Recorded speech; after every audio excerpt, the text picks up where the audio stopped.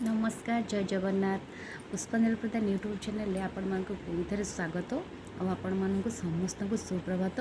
ईश्वर कृपारू आपण मैंने समस्ते भलरे थांतु सुखरे रुहतु शांति रुहतु यहाँ मोर ठाकुर निकट प्रार्थना।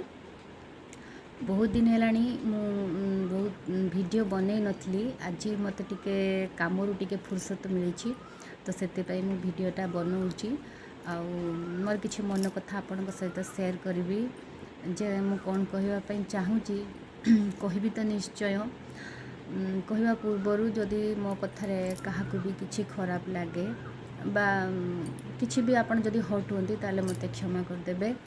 आ जदि भी मो कथा आपण मानकु किसी हेल्पफुल लगे बा आपण जीवन में किसी काम आसूची ताहले निश्चित कमेंट रे मते आपण मानकर मतामत देबे जे मते कौन करबा दरकार बा कौन करबा दरकार नुहे। आपण मानकर सुचिंतित मतामत मते आहुरी आगु किछि अनेक नुआ काम करिया पई बहुत किछि हेल्प करिवो बा किछि आपण मानकु किछि टिप्स देबा पई भी मते सुजोग मिलिवो। मो वीडियो माध्यम रे आपण मानकु मोर मनर कथा कहबा पई चाहे कहूची।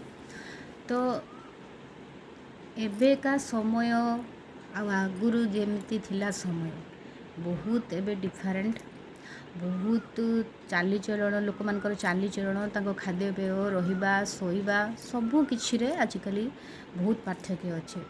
मु भी जड़े 90s रो पिला मु देखिछि जे आगुरु आम माँ बापा माने आम अजा आई जेजेबापा जेजेमा केमिति रोहुथिले केमिति से माने खाउथिले कौन करुथिले सबू जिनस अलगा।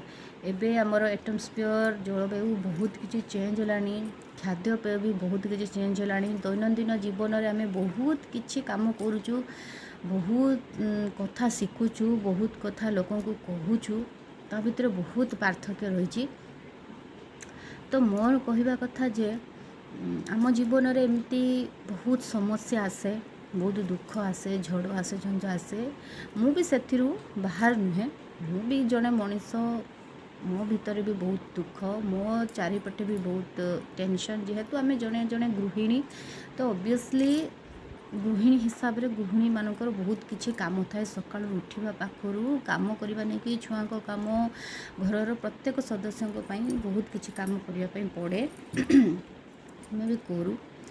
तो पुरुष भगवान नारी पुरुष दी जन को गढ़ी तांकर कैपेबिलिटी नहीं कि जे पुरुष माने केमिति रहिबे केमिति काम करिवे केते टेंशन मुंडे पारिबे आ स्त्री लोक माने केते टेंशन मुंडे पारिबे आ कौन कौन से माने करि पारिबे।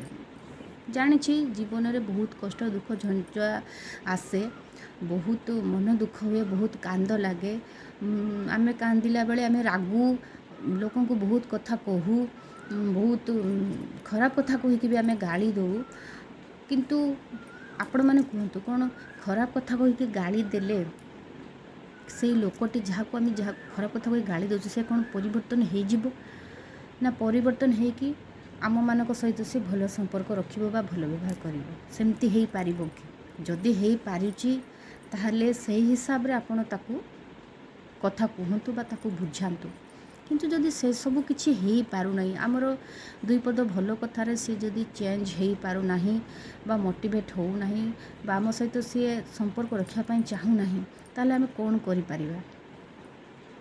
द्वितीय कथा हला पुरुष और नारी दुई जण टेंशन नियंती बहुत बहुत कथा से माने मुंड को नियंती बहुत चिंता करती किंतु पुरुष मानकर चिंता हैला परे से माने प्रथमे गोटे जिनस पाखक जाती जहाँ सबू दुनिया जेते टेंशन मुंडुवा पुरुष प्रथमे काम करती कौन ना अल्कोहलिक हो जाते।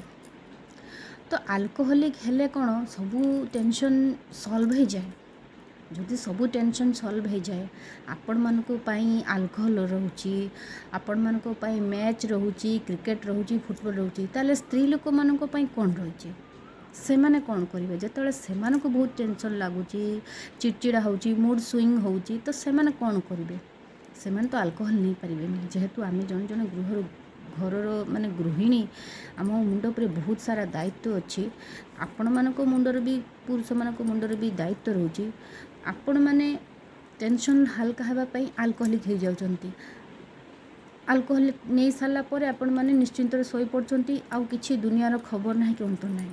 ତ ଆମେ ସ୍ତ୍ରୀମାନେ କ'ଣ କରିବା? ସ୍ତ୍ରୀମାନଙ୍କୁ ବି ଆପଣଙ୍କ ମୁତାବିକ ବି ସେମାନଙ୍କୁ ବି ବହୁତ ଦୁଃଖ ହୁଏ, କଷ୍ଟ ହୁଏ। ତ ସେମାନେ କ'ଣ କରିବେ? କେବଳ କାନ୍ଦି ପାରିବେ, ଆଉ କ'ଣ କରିପାରିବେ? କାନ୍ଦିବା ଛଡ଼ା ତ ସେମାନଙ୍କ ପାଖରେ କିଛି ଉପାୟ ନଥାଏ। କିଏ ସେମାନଙ୍କ କଥାଟା ବୁଝିବ? ମନର ଅନ୍ତର କଥାଟା କିଏ ବୁଝିବ? ହୁଏତ ସ୍ତ୍ରୀର ସ୍ୱାମୀ ବୁଝିପାରନ୍ତି, ଆଉ ସ୍ୱାମୀର ସ୍ତ୍ରୀ ବୁଝିପାରିବେ, ତାଙ୍କ ଛଡ଼ା ଆଉ କିଏ ବୁଝିପାରିବ? କିନ୍ତୁ ଯଦି ବସିକି ଦୁଇ ଜଣ ମଧୁର ସମ୍ପର୍କରେ କଥାବାର୍ତ୍ତା କରିକି ଯେମିତି ଗୋଟେ କଥାର ସମାଧାନ ହେଇପାରିବ, ସେଇଭଳିଆ କଥା କହିବା ଦରକାର। ନା ରାଗିକି ଝଗଡ଼ା କରିକି ଦୁଇ ଜଣ କଥା କଟାକଟି ହେଇସାରିଲା ପରେ ସ୍ୱାମୀ ଯିବେ ଆଲକୋହଲିକ୍ ଖାଇବେ, ବା ସ୍ତ୍ରୀ ତା'ର କୌଣସି ଗୋଟେ ରଙ୍ଗ ଷ୍ଟେପ୍ ନେବେ, ଏସବୁ ଭଲ ନୁହେଁ। ଦୁନିଆର ସମସ୍ତେ କୁହନ୍ତି ଯେ ଏମିତି କିଛି କଥା ନାହିଁ ବା ଏମିତି କିଛି ସମସ୍ୟା ନାହିଁ ଯାହାର ସମାଧାନ ନାହିଁ। ସବୁ କଥାର ସମସ୍ୟାର ସମାଧାନ ରହିଛି।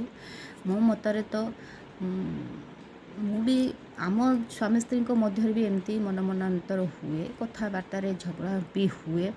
କିନ୍ତୁ ତା ସତ୍ତ୍ୱେ ବି ଆମେ କ'ଣ କରୁ? ମୋ କହିବା ଅନୁସାରେ ବା ମୋ ମତରେ ଆମେମାନେ ସମସ୍ତେ ଈଶ୍ୱରଙ୍କୁ ତ ଆମେ ମାନେ ଭକ୍ତି କରୁଛେ, ଈଶ୍ୱରଙ୍କୁ ବି ଆମେ ମନେ ପକାଉଛେ। ତତ୍ ସହିତ ପ୍ରତିଦିନ ଆମେ ପୁରାଣ ପାଠ ଏସବୁ ପଢ଼ିବା ବି ଦରକାର।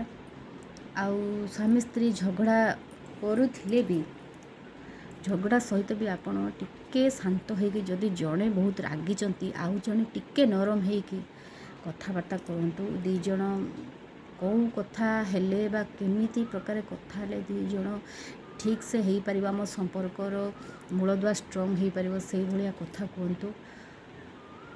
ନା କି ଟେନସନ୍ ହେଇକି, ଆଲକୋହଲିକ୍ ହେଇକି, ରାଗ ରୁଷାରେ ନିଜ ଜୀବନରେ କିଛି ରଙ୍ଗ ଷ୍ଟେପ୍ ନିଅନ୍ତୁ ନାହିଁ। ମୋ କିଛି ଦିନ ତଳେ ମୋର ଜଣେ ବହୁତ ସୁନ୍ଦର ବନ୍ଧୁଟିଏ, କ'ଣ କହିବି, ଯେ ମୋର ସାନ ଭାଇଟିଏ ଥିଲା, ସିଏ ଏକ୍ସପାୟାର କରିଗଲା। ମାତ୍ର 27-28 ବର୍ଷ ହେଇଛି ତା'ର ମାତ୍ର।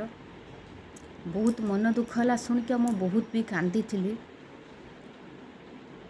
ଏବେ ବି ଭାବିଲି ଦୁଃଖ ଲାଗୁଛି ଯେ କାହିଁକି ପୁଅମାନେ ସବୁ ଦୁଃଖ କଷ୍ଟରେ ଆଗେ ସେଇ ଜିନିଷକୁ ଖୋଜନ୍ତି। ପୁଅମାନଙ୍କର ଏତେ ଦୁଃଖ କଷ୍ଟ ପଡ଼ିଯାଏ, ସେମାନେ ସେଇ ଜିନିଷ ଖୋଜନ୍ତି। ତାହେଲେ ଝିଅମାନେ କ'ଣ କରିବେ? ଆମେ ସ୍ତ୍ରୀମାନେ କ'ଣ କରୁ? ଆମେ ସ୍ତ୍ରୀମାନଙ୍କୁ ବି ବହୁତ ଦୁଃଖ ହୁଏ, କଷ୍ଟ ହୁଏ। ଆମେ କ'ଣ ସେଇ କାମ କରୁ?